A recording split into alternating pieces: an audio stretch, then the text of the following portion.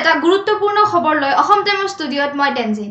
কোনে কিমান টকা খৰচ কৰিব পাৰিব পঞ্চায়ত নিৰ্বাচনৰ প্ৰাৰ্থীয়ে? নিৰ্বাচনত বেছি টকা খৰচ কৰিম বুলি ভাবি থকা সকলৰ বাবে এটা হতাশজনক খবৰ। পঞ্চায়ত নিৰ্বাচনত কিমান টকা খৰচ কৰিব পাৰিব একগৰাকী প্ৰাৰ্থীয়ে? সৰ্বাধিক 10 লাখ টকা খৰচ কৰিব পাৰিব জিলা পৰিষদৰ সদস্য পদৰ প্ৰাৰ্থীয়ে। 2,50,000 টকাৰ বেছি খৰচ কৰিব নোৱাৰে আঞ্চলিক পঞ্চায়ত সদস্য পদৰ প্ৰাৰ্থীয়ে। সৰ্বাধিক 25,000 টকা খৰচ কৰিব পাৰিব গাঁও পঞ্চায়তৰ সদস্য পদৰ প্ৰাৰ্থীয়ে। ৰাজ্যিক নিৰ্বাচন আয়োগে নিৰ্ধাৰণ কৰিছে এই খৰচৰ পৰিমাণ। পুনৰ জনাইছো এই বিশেষ খবৰটো। কোনে কিমান টকা খৰচ কৰিব পাৰিব পঞ্চায়ত নিৰ্বাচনৰ প্ৰাৰ্থীয়ে? নিৰ্বাচনত বেছি টকা খৰচ কৰিম বুলি ভাবি থকা সকলৰ বাবে এটা হতাশজনক খবৰ।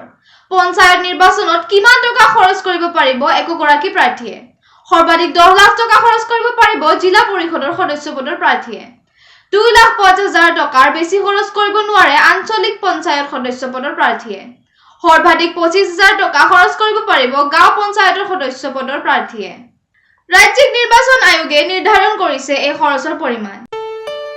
ঘৰত আনন্দ আৰু সম্পৰ্কৰ চমক বজাই ৰাখিবলৈ জৰুৰী হৈছে সকলো আনন্দময় মুহূৰ্তত মৰমৰ উপহাৰ দিয়াটো।